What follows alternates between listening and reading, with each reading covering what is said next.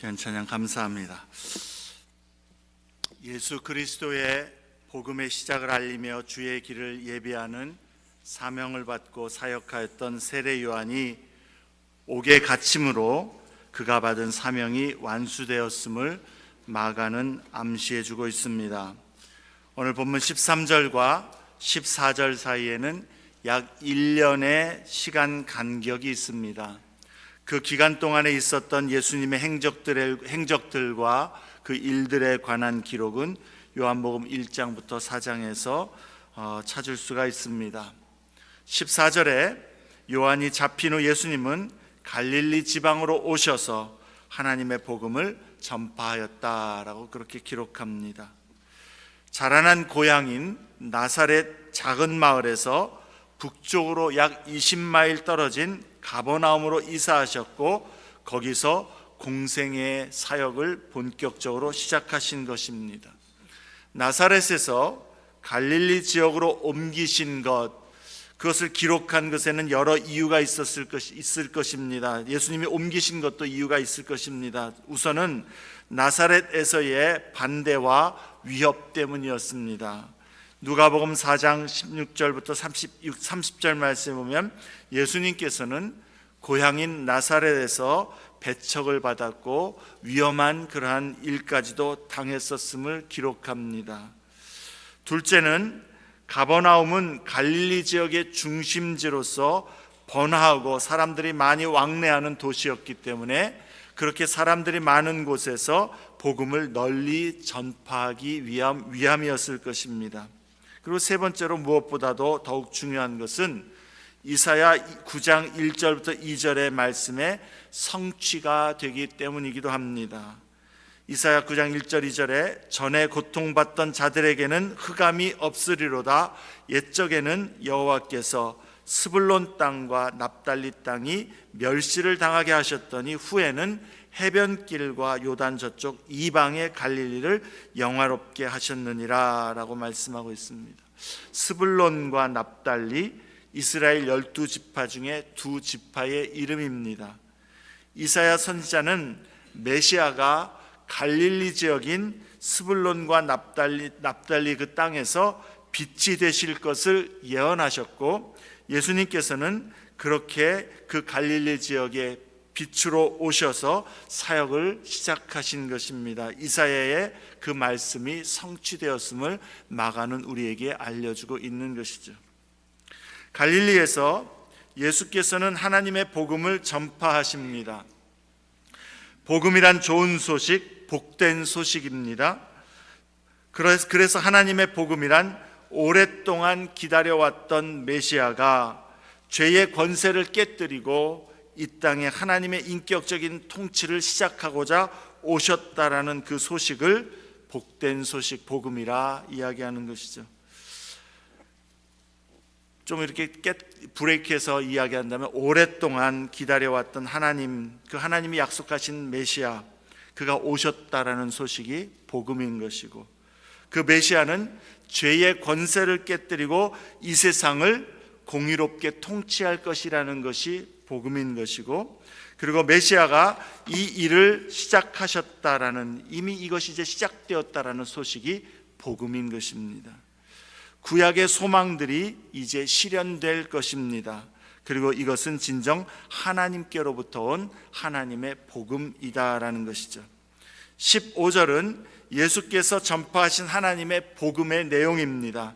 때가 찼고 하나님의 나라가 가까이 왔으니 회개하고 복음을 믿으라 라고 말씀합니다.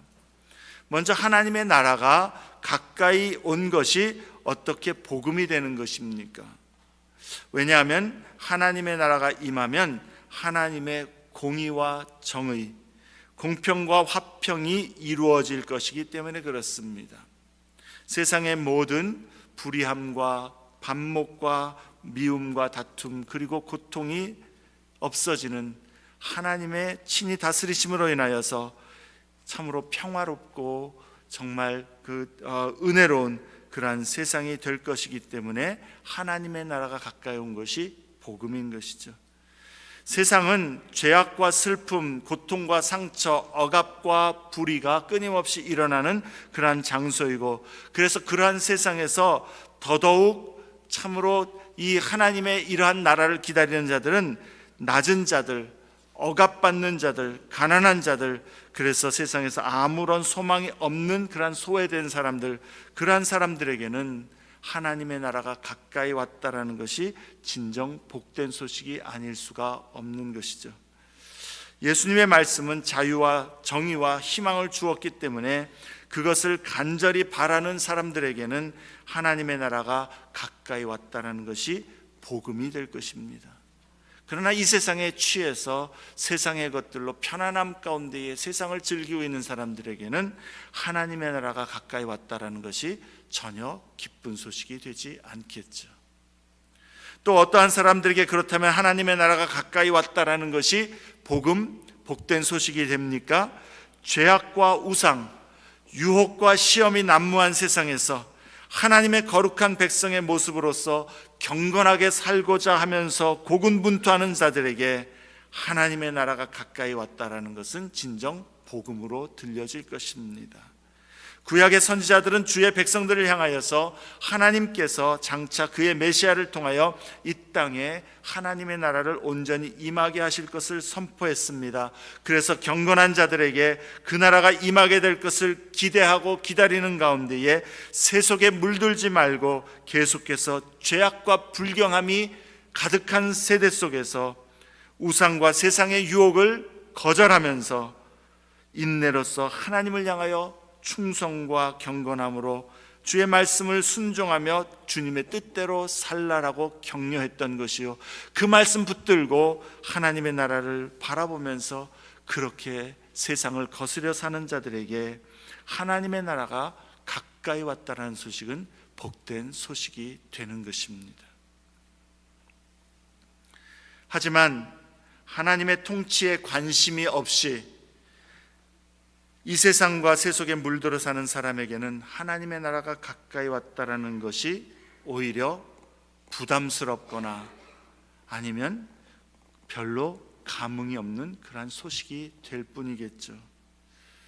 그렇다면 하나님의 나라를 우리는 어떻게 기대하고 바라보는가, 그것을 우리가 살펴본다면 우리는 어떠한 믿음의 모습인가, 우리의 믿음은 알곡인가 쭉정인가를 정확히 판별해주는 리트머스 시험지가 될 수 있다라는 것입니다.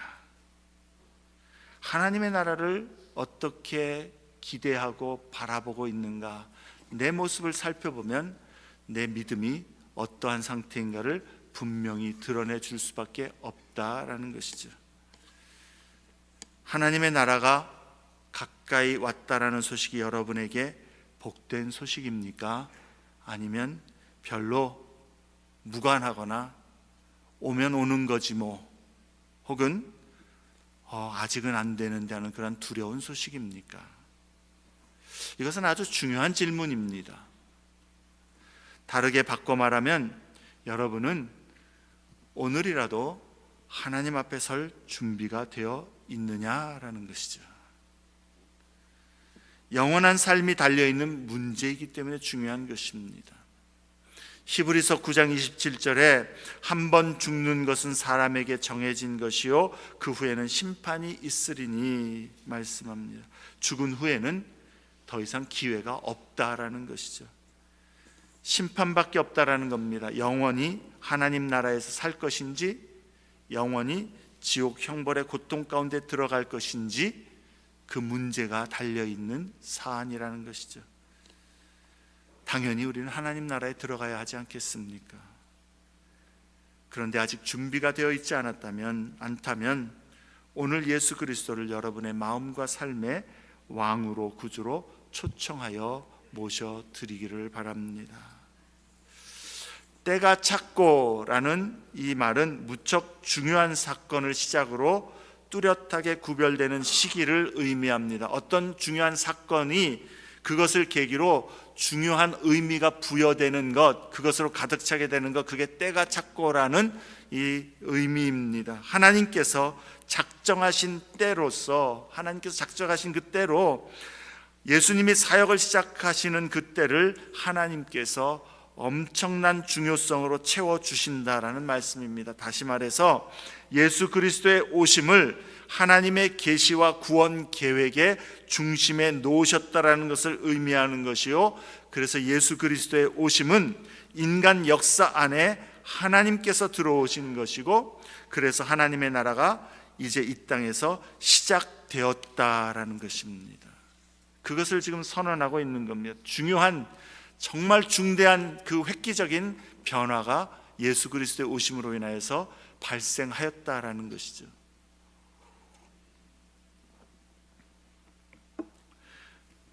하나님의 나라가 이 땅에서 시작되었다. 그러나 또한 이 세상의 악이 모두 심판받고 제거되기 전까지는 완전히 하나님의 나라가 임한 것은 또한 아닙니다. 그래서 우리가 이것을 이미 그러나 아직이라는 말로 표현하죠.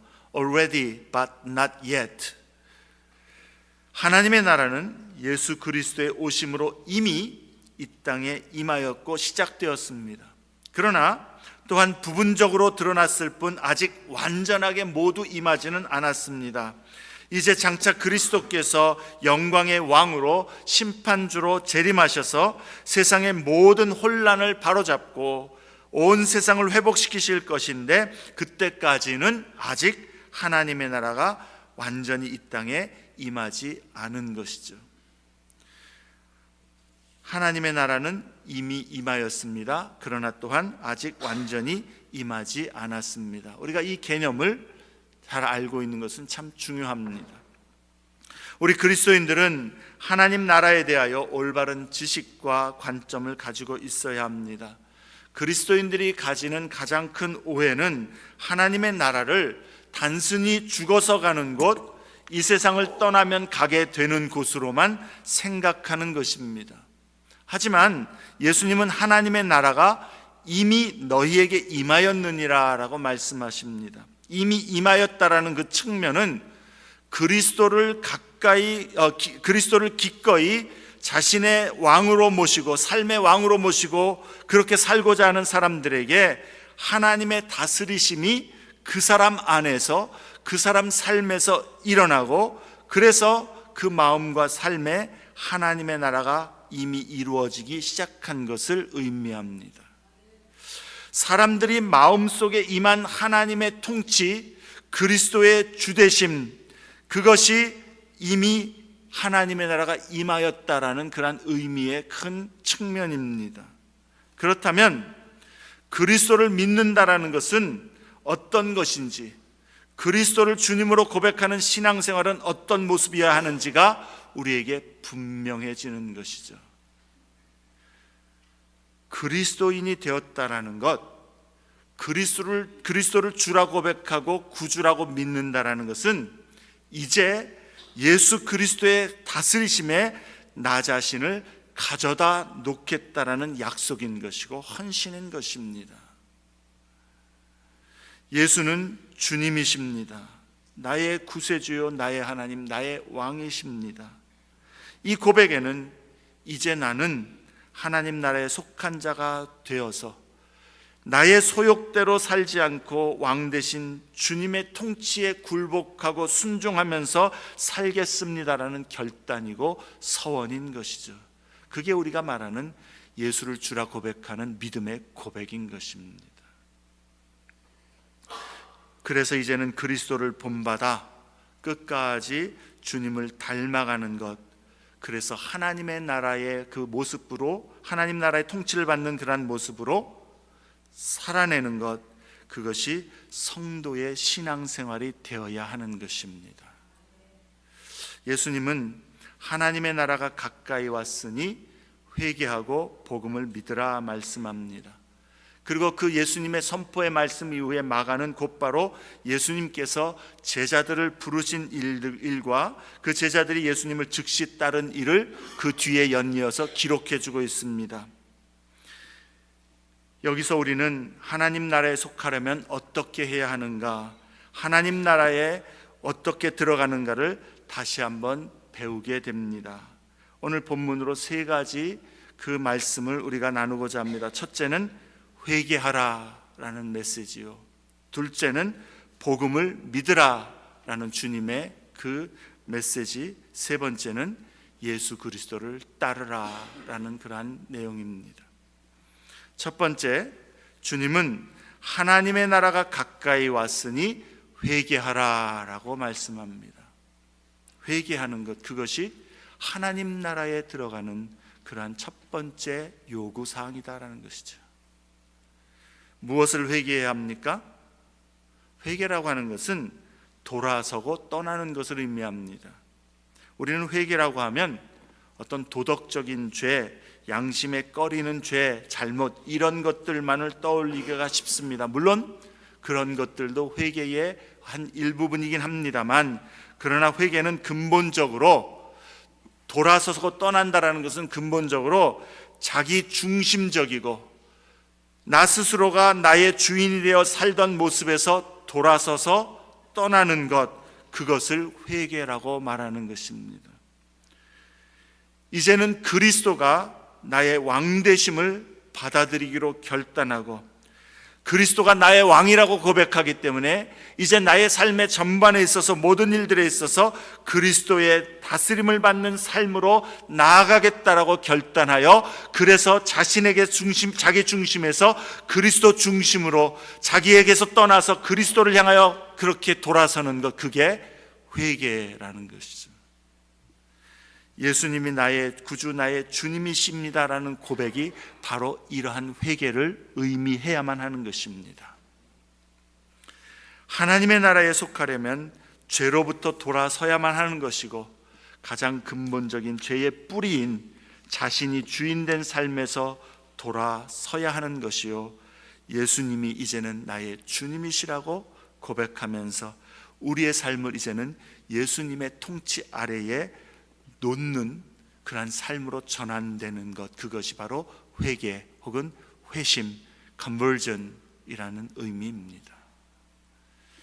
예수 그리스도가 왕 되심을 거부하는 나의 모든 모습을 회개해야 하는 것이죠.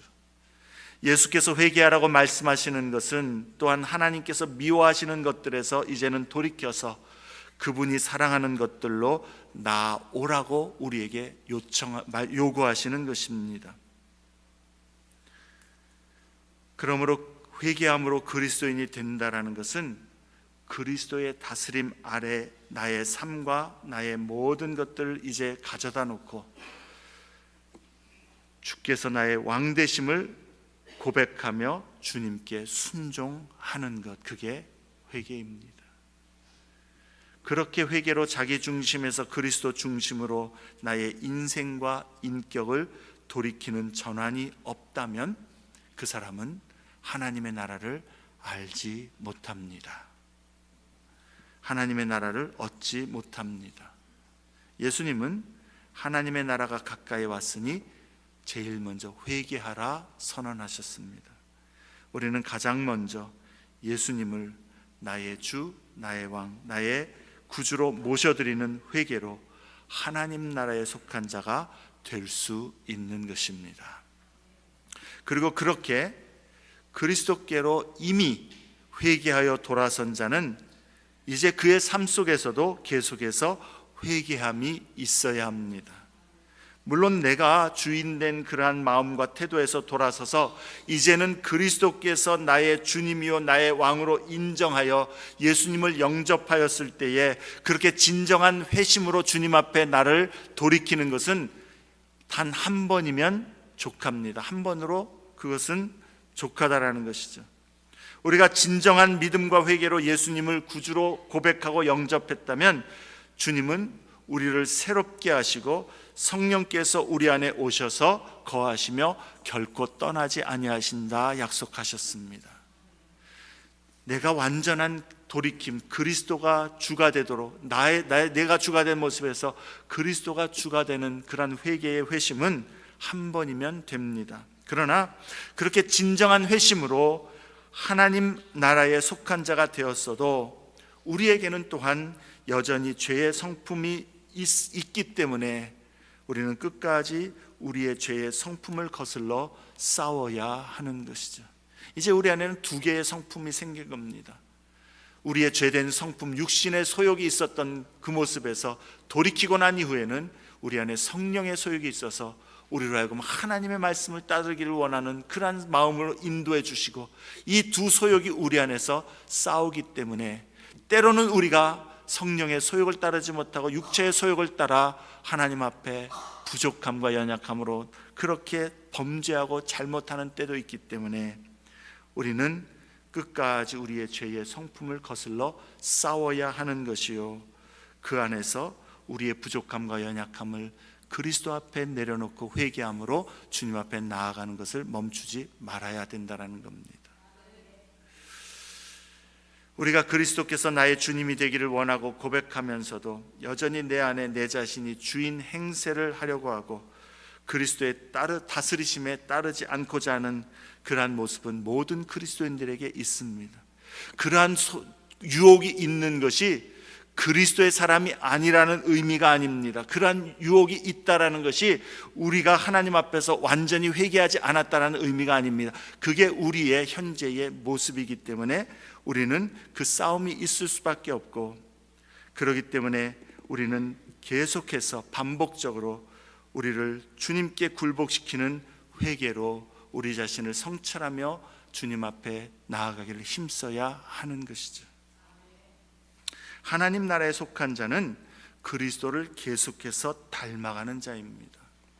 회개함으로 그리스도께 돌아선 자는 끊임없이 그리스도의 모습에 자신을 비추어 가면서 회개함과 성숙함으로 그리스도를 닮아가기를 힘써야 하는 것입니다. 그것이 성도의 삶이고 경건한 신앙이며 하나님을 기쁘시게 하는 제자로서의 산제사의 모습인 것입니다. 그리스도의 마음, 그리스도의 품성, 그리스도 예수의 사랑과 겸손, 온유와 자비, 오래 참음과 긍휼을 우리는 우리의 인격에, 우리의 말과 행동에, 또 우리가 다른 사람들을 대하는 모습과 관계에 부단히 덧입혀야 하는 것입니다. 그리스도께 회개로 돌아선 자는 주님의 나라에 이르기까지 계속 그리스도를 닮아가기 위하여 날마다 회개로 자신을 그리스도께 드리기를 힘쓰는 모습이 되는 것입니다. 하나님 나라에 속한 자이기 때문에 그렇습니다. 두 번째로 주님 회개하라는 말씀과 함께 복음을 믿으라 그렇게 말씀합니다. 복음을 믿으라는 것이 무슨 의미입니까? 예수 그리스도께서 이 땅에 왕으로 오셨다. 그가 우리를 위해서 십자가에서 우리의 모든 죄와 허물을 담당하셨다. 그리고 그리스도께서 죽음에서 부활하심으로 죄와 사망의 권세를 이기셨고 사탄과 모든 악의 세력을 꺾으셨다. 이제 승천하신 예수님이 다시 오시는 그날에는 그분이 모든 것들을 회복하시고 새롭게 하실 것이다. 그리고 주 예수께 회개로 돌아서서 믿음으로 예수 안에 거하는 자에게 이 모든 죄사함과 승리를 얻게 하시고 그들도 완전히 의롭고 거룩한 존재로 새롭게 하실 것이다. 이것이 성경이 말씀하는 예수 안에서 약속하시는 그러한 내용이고, 그 내용이 바로 복된 소식, 복음인 것이죠. 이것을 믿으라라는 것입니다. 예수의 이 복음을 믿는 자는 하나님의 나라에 속한 자가 된다라는 것이죠. 복음은 하나님께서 우리에게 오셔서 우리에게 연결되시고 우리로 자기 앞에 의로운 자로 설 수 있게 하시며 영원한 교제를 나눌 수 있게 하시는데, 그것이 우리가 무엇을 했는지 혹은 무엇을 안 했는지에 근거해서 그리하시는 것이 아니라 예수님께서 인간 역사 가운데에 오셔서 우리를 위해서 십자가에서 이루어 주신 것, 그것에 의해서 하나님께서 우리에게 그와 같은 복을 주신다라는 것, 그게 복음입니다. 그래서 복된 소식은 예수께서 역사 가운데에 우리를 위해서 이루신 것에 대한 소식이다라고 그렇게 팀 켈러 목사님은 이야기합니다. 예수께서 역사 가운데에 우리를 위해서 이루신 것에 대한 소식. 주님은 우리에게 하나님 나라에 속하도록 복음을 이루어라, 복음을 행하라, 성취하라라고 말씀하지 않았다라는 겁니다. 주님은 복음을 믿으라라고 말씀했다라는 거예요. 이 승리의 소식이 발생할 수 있도록, 이 구원의 소식이 발생할 수 있도록 우리가 무엇을 해라가 아니라 구원의 소식이, 구원의 승리의 일들이 발생했으니 그 소식을 들을 때 그것을 믿으라라고 우리에게 말씀하셨고, 그것을 믿는 자가 구원을 얻는다라고 말씀하는 것, 그게 복음인 것입니다. 성경의 일관된 선언은 예수께서 성취하신 것에 대한 소식을 믿으라는 것이라는 것을 우리는 잊지 말아야 되겠습니다. 팀 켈러 목사님 이렇게 말합니다. 여타 종교의 본질은 조언이지만, 어드바이스이지만 기독교의 본질은 복음, 소식입니다. 여타 종교는 신과 영원한 교제를 나누려면 이러이러한 일을 해야 한다라고 그렇게 말합니다. 조언을 주는 것이죠. 신의 은총을 누리려면 그러한 자격을 갖추어야 되는데, 그러려면 이것을 해야 되고 저것은 하지 말아야 되고라고 규정들을 알려주면서 그렇게 자격을 갖추기 위해서 이것을 성취해라, 저것을 만들어내라라고 조언을 해주는 것, 그게 여타 종교의 구원의 방법인 것이죠. 하지만 그러한 것은 예수님이 말씀하는 기독교의 복음과는 근본적으로 다르다라는 겁니다. 기독교의 복음은 예수님의 삶과 십자가 죽음을 인해서 우리를 위해서 구원을 성취하신 것, 역사 가운데 그 구원이 일어났다라는 소식, 그 소식이 복음이라는 겁니다. 우리는 그 소식을 믿으라라는 거예요. 그래서 예수로 말미암아 우리가 하나님께 나아갈 수 있게 되었으니 그 소식을 믿고 그 구원의 예수의 또 동참하라고, 그 예수께 함께 믿음으로 연합되어서 예수께서 이루신 그 승리에 동참하라고 말하는 것이 믿으라라는 의미라는 것이죠. 예수께서 이미 우리를 위해서 우리로 하나님 앞에 설 수 있는 의로움과 거룩함을 획득하셨다, 역사 가운데 이루어 놓으셨다. 그러니 이 소식을 믿음으로 그 구원과 승리에 너희가 함께 참여하라라는 초청인 것입니다. 이렇게 생각해 봅시다. 하나님 나라는 거룩한 자, 의로운 자만 들어갈 수가 있습니다. 죄인들은 하나님 나라에 들어갈 수가 없습니다. 그래서 우리가 그 복음을 듣고 하나님 나라 소식을 듣고 우리도 하나님 나라에 들어가기를 원해서 주님이 말씀하신 대로 회개함으로 주님 앞에 나아갑니다. 예수님의 통치에 순종하기로 작정합니다. 그리고 이제 예수님의 말씀과 명령을 따라 참으로 거룩한 삶과 의로운 삶을 이루고자 노력을 합니다.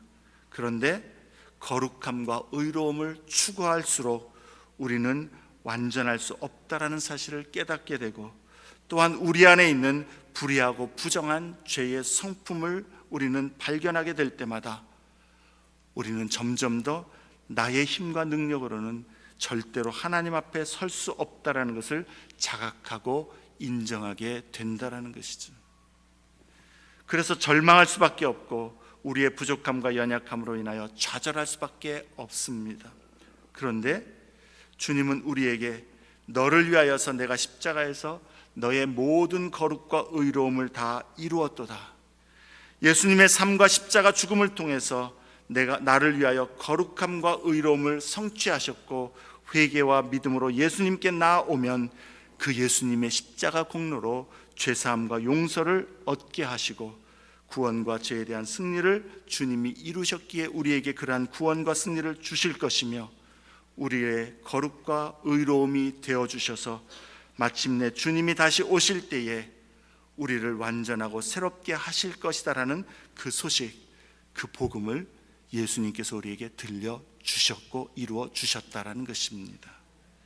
하나님 나라의 거룩과 의로움과 그 또 자기 자신의 부족함과 연약함, 이 둘 사이에서 절망하고 좌절할 수밖에 없었던 자에게 예수께서 내가 그것을 다 이루었으니 나를 믿고 나를 의지하여 계속해서 거룩과 정결의 삶을 힘쓰라라고, 그것을 들을 때에 너의 어떠한 모습 때문이 아니라 지금 실패하고 연약하고 부족한 모습을 볼지라도 주님께서 이루셨기 때문에 계속해서 싸우면서 나아갈 때에 마침내 예수님의 승리와 의로움을 너에게 주시겠다라는 이 소식은 복된 소식이 될 수밖에 없는 것이죠.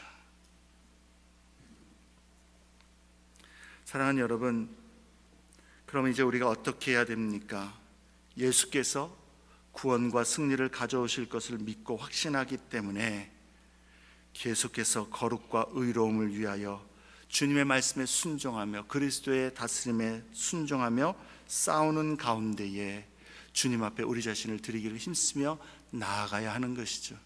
그러한 가운데 여전히 우리는 우리의 연약함과 부족함을 볼 수밖에 없겠지만, 그러나 이제는 그것이 좌절과 절망이 아닙니다. 왜냐하면 그리스도께서 이루셨다라고 주신 그 소식, 그 승리의 소식, 그 구원의 약속을 우리가 바라보기 때문에 주님이 오시는 때에 이 모든 것이 변화되어 완전하게 될 것을 우리는 확신하기 때문에 오늘도 낙심하지 아니하고 주님을 향하여서 믿음으로 주님 기뻐하시는 삶을 살기를 힘쓰는 것입니다.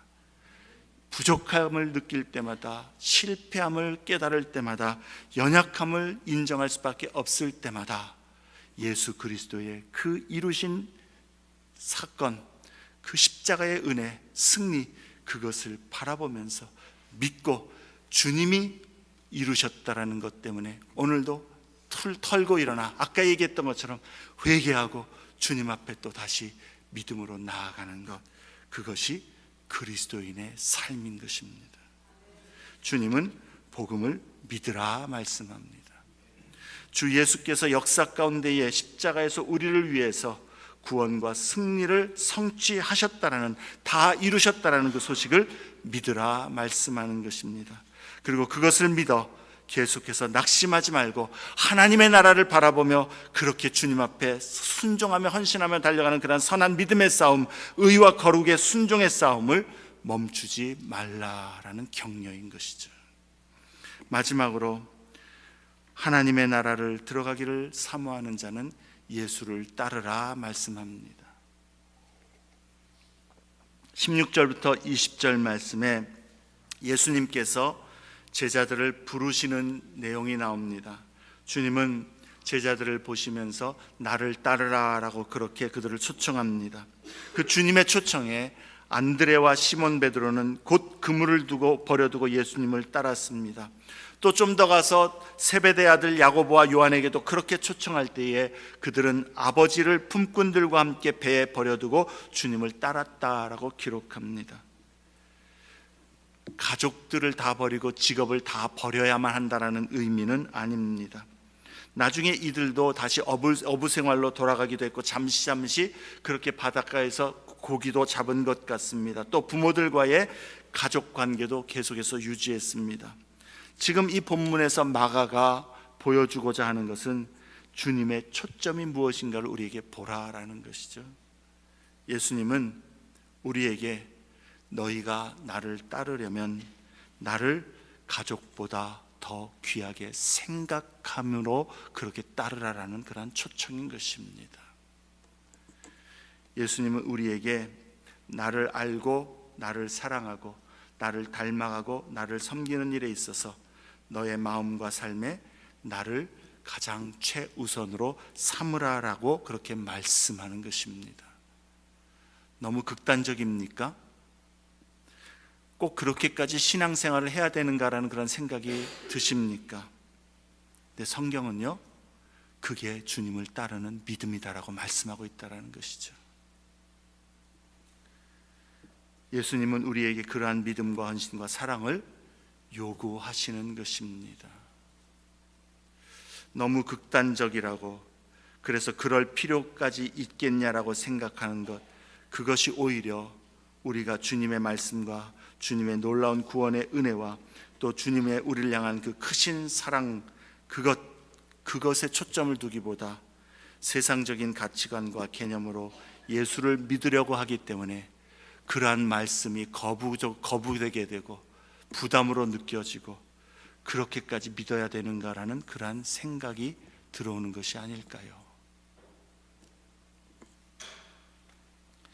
성경은 천국은 마치 밭에서 보화를 찾은 자와 같다라고 말씀합니다. 밭에서 우연히 보화를 발견했을 때 자기의 모든 소유를 팔아서 그 보화를 사는 것, 천국이 그와 같이 가치가 있다라는 것이죠. 우리가 예수 그리스도를 믿고 예수 그리스도 안에서 생명을 얻는 그 가치를 안다면 모든 것들을 우리는 다 뒤로 하고 예수가 가장 귀한 분이라는 그러한 고백과 마음의 헌신으로 주님을 따르고 섬기기를 원할 것입니다. 이 말은 여러분의 인생에 예수님 외에는 다른 것들 다 미워해라, 다 버려라, 다 밀어내라라는 말씀이 아닙니다. 주님이 말씀하시는 것은 우리에게 주님을 따르기 위해서 자신의 전부를 내어놓을 수 있는 그러한 각오와 마음으로 주님을 사랑하고 섬기겠는가라는 질문인 것이죠. 주님은 인생의 다른 모든 관계를 미워하는 것처럼 보일 만큼 그렇게 열정을 다해서 나를 따르라라고 요구하신다라는 겁니다. 그런데 우리가 어느덧 세속에 우리의 마음이 물들어서 그런 신앙과 헌신으로 부르시는 주님의 음성을 늘 외면하고 있지는 않았습니까? 우리는 이것부터 주님 앞에 회개해야 되겠습니다. 주님을 전심으로 사랑하지 않으면서도 신앙생활할 수 있다라고 생각하는 그런 우리의 무뎌진 마음, 세속에 물든 마음, 냉랭해진 마음, 또 첫사랑을 잊은 마음, 그러한 모습들을 우리는 회개하며 돌이키기를 사모해야 되겠습니다. 주님이 우리가 다른 모든 것들을 주님을 위하여서 뒤로 할 때에 주님은 우리에게 그 모든 것들을 뺏어가지 아니하시고 오히려 우리에게 여러 배로 갚아주신다 말씀하셨다는 사실도 우리는 잊지 말아야 하는 것이죠. 중요한 것은 여러분은 예수님을 우리에게 생명 주시고 구원 주시고 또한 하나님의 자녀 삼아 주시고 영원한 하나님 나라를 주신 그 주님을 얼마나 어느 정도의 귀함으로 어느 정도의 헌신으로 따르기를 원하는가, 그것이 질문인 줄로 압니다. 내 마음이 참으로 냉랭해져 있습니까? 신앙생활하면서 어느덧 냉랭해져서 감동도 없고 참 굳은 마음 때문에 참 이렇게 신앙생활하지 않고 좀 더 뜨겁게 주님을 사랑하고 싶고 뜨겁게 주님을 섬기고 싶은데 무뎌져 있는 그러한 마음에 애를 써보고 힘을 써보는데도 우리 마음 가운데에 참 주님의 은혜가 메말라 있다면 어쩌면 그것은 먼저 주님 앞에서 적당히 거리를 두고 적당히 주님을 우리의 인생의 우선순위에서 정말 최고로 놓지 않고 어느 중간 부분에 놓고서 그렇게 주님을 따르고자 하기 때문에 우리의 마음에 그와 같은 열정, 뜨거움, 성령의 은혜, 하나님을 경험하게 하는 놀라운 하늘의 복들을 우리가 경험하지 못하고 있는 것일 줄로 있습니다. 하나님 앞에 지금 당장 여러분이 다 포기하라는 것이 아니라 주님, 내가 주님을 따르는 데 있어서 아니라고 회의하고 인생의 다른 모든 것들의 그 우선순위에서 적당히 어느 자리에 있어서 그렇게 편안한 모습으로 신앙생활하는 그 마음이 있다면 깨닫게 해주시고 돌이키게 해주시고 그 마음 고쳐주셔서 정말 내 마음 중심에 나를 따르라 부르셨을 때에 제자들이 자기의 모든 것들을 뒤로 하고 예수님을 가장 먼저 우선으로 놓고 따랐던 그 열정, 그 사랑, 그 헌신, 주님 내게도 주옵소서. 우리 그렇게 주님 앞에 간구하며 나아갈 때에 그러한 마음의 결단과 고백을 드리는 순간부터 성령께서 여러분의 마음 가운데에 감동하시고 붙들어 주시고 은혜의 빛을 비추어 주시고 첫사랑의 기쁨과 감격을 회복시켜 주시며 주님께 가까이 이끄시는 그런 놀라운 주님을 경험하는 은혜로 역사하여 주실 줄로 믿습니다. 저와 여러분이 그렇게 주님을 따르기로 다시 마음을 새롭게 하여 우리의 지나간 그러한 냉랭함을 회개하며 주님의 은혜를 구하며 나아갈 수 있기를 바랍니다.